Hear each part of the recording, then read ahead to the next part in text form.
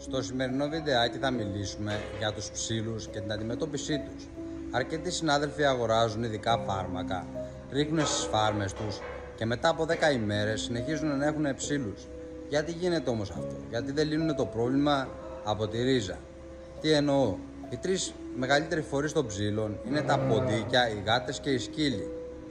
Πρέπει να αγοραστούν ειδικά ποντικοφάρμακα, από τα οποία θα γίνει η εξόντωση των ποντικιών. Μετά να αγοράσουμε ειδικά φάρμακα με τα οποία θα ρεντήσουμε τους ψήλους και τις γάτες μας. Και αφού τελειώσουμε από αυτά, θα πρέπει να κάνουμε ειδική απολύμανση στη φάρμα μας. Καταρχήν πρέπει να καθαριστούν οι στάβλοι από την κοπριά, να πληθούν με νερό και μετά να ρεντιστούν με ειδικά φάρμακα.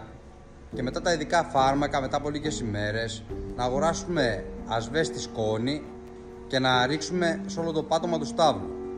Μετά από 10 ημέρες πρέπει να γίνει πάλι η ίδια διαδικασία. Αυτός είναι ένας τρόπος αποτελεσματικός και άμα γίνεται κάθε χρόνο δεν θα υπάρξουν ξανά ποτέ ψήλοι. Αν σου άρεσε το βίντεο, μην ξεχάσεις να κάνεις ένα comment και ένα like. Αν θες να βλέπεις και άλλα βίντεο τέτοιου περιεχομένου, δεν έχεις παρά να με ακολουθήσεις.